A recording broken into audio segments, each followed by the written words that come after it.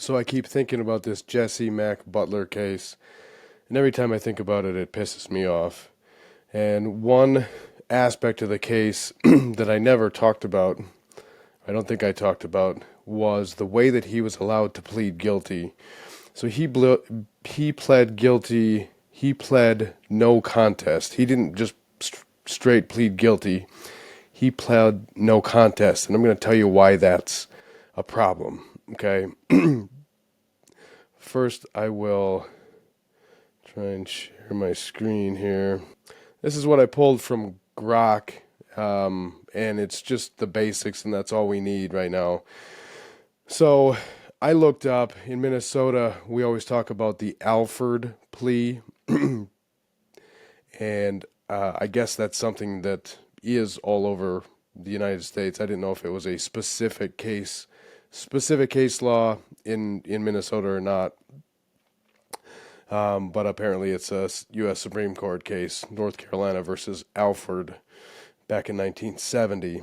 But we talk about the Alford plea in Minnesota, or when I work cases sometimes, when people want to plead guilty, they can do this special plea if it's allowed. So the difference is that I came up with, I know about just a guilty, just plead guilty. And then there's no contest, which this Jesse rapist kid, he got to plead no contest. And then there's Alfred listed here. And so if you can see this, it says straight guilty plea, full admission of all the facts, all the elements of the crime. Okay, you admit guilt. And then it can be used in a civil suit against you because it's admitting guilt. And then it's when the defendant wants to accept responsibility for the charges that have been brought against them in exchange for leniency. Okay. And then there's this Alfred plea, like I was talking about, which is very similar to no contest. But Alfred plea admits evidence is sufficient to get a guilty verdict. If the suspect or if the accused was to go to trial, they are saying that they admit that there's enough evidence that they likely will be found guilty, but they maintain their innocence. So they say, there's enough evidence against me, but I didn't do it. But I'll plead guilty anyway. And it's treated as a guilty, so it's admissible in a civil suit. And then this is when the evidence is strong, but the defendant just flat insists that they're innocent, but they're willing to plead guilty. Okay. Then there's the no contest, and they neither admit nor deny guilt. But they just accept the punishment. Okay. Admits guilt? No. Civil consequences, generally not admissible in civil suits. And then in here, Grok even says the common use is to avoid trial while minimizing civil liability. Okay?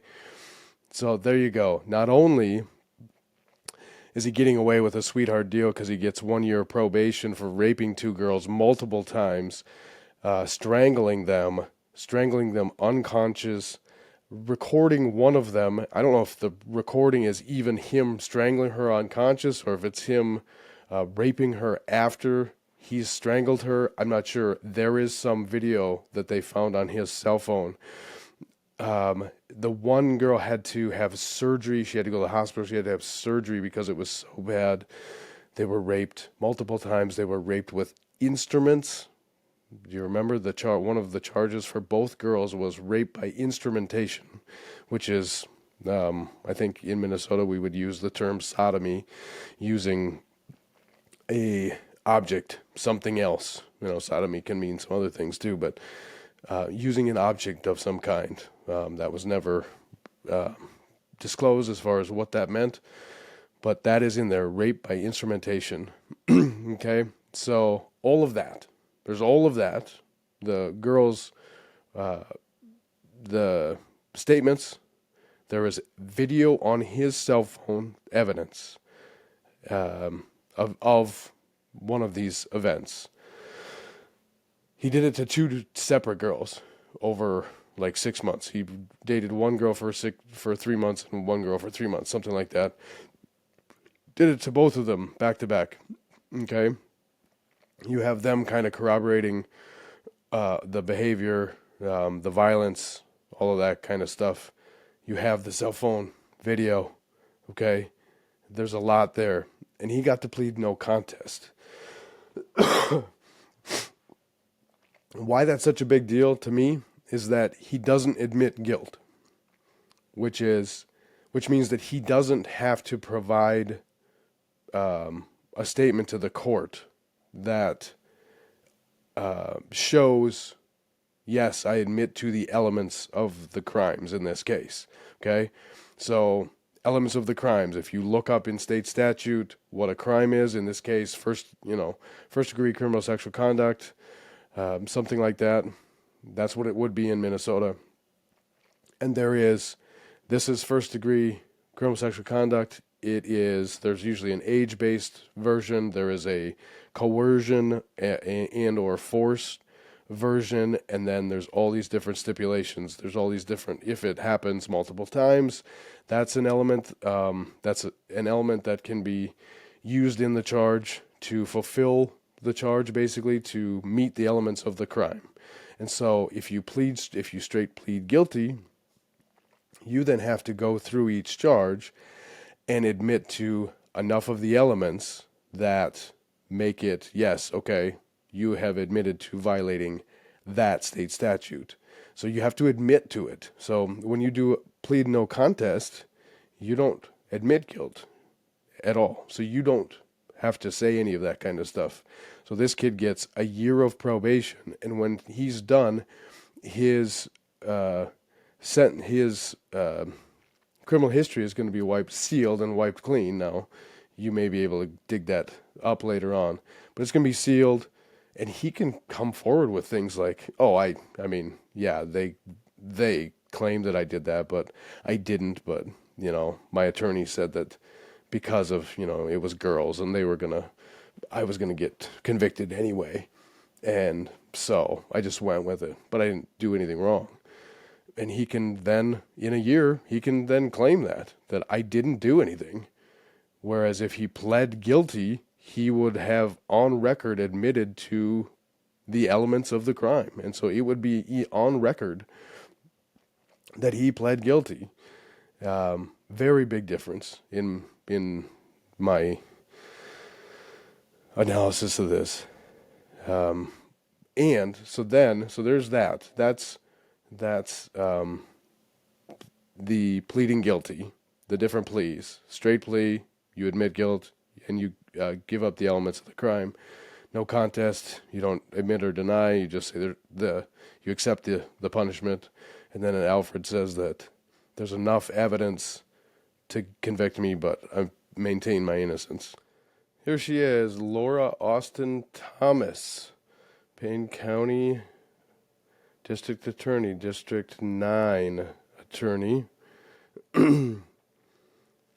She's the one who looked at the case and said, you raped two 16-year-old girls violently, repeatedly, each one. You choked them both out. You choked them both unconscious. You choked one so badly that she had to go to the hospital, and she had to have surgery. Okay, and she had to have, because of the surgery, she has a permanent scar on her neck that will be a reminder for the rest of her life about what was done to her. Okay, and the other one, you choked her also unconscious, and you videotaped it, and was evidence on your cell phone of that assault when the police searched your cell phone. Okay, so there's that. You used instruments, you used objects to violate both of these girls. The charges are rape by instrumentation for each of the girls. So you used some sort of object, okay, on each one of them. You threatened their lives. You threatened to kill them if they ever told anybody. Okay. All right, I've taken all of that into consideration. And here's what I think will be the best. It would be best if you served 1 whole year on probation and not a single day in jail. And what I want you to do is I want you to plead no contest. So you don't have to stand up in front of a judge or a jury and tell them all the sick things that you did. You'll just say, I plead guilty and I'll take the punishment. Awesome. So that's Laura Austin Thomas, if you guys were wondering. Now, here's the other thing that I was interested in. They have a district attorney's council, which I'm not familiar with, but it looks like they might have some sort of oversight on the district attorneys. Look, here's the executive coordinator, message from the executive coordinator of the district attorney's council. Her name is Catherine Boyle Brewer. Everybody's got 3 names around here.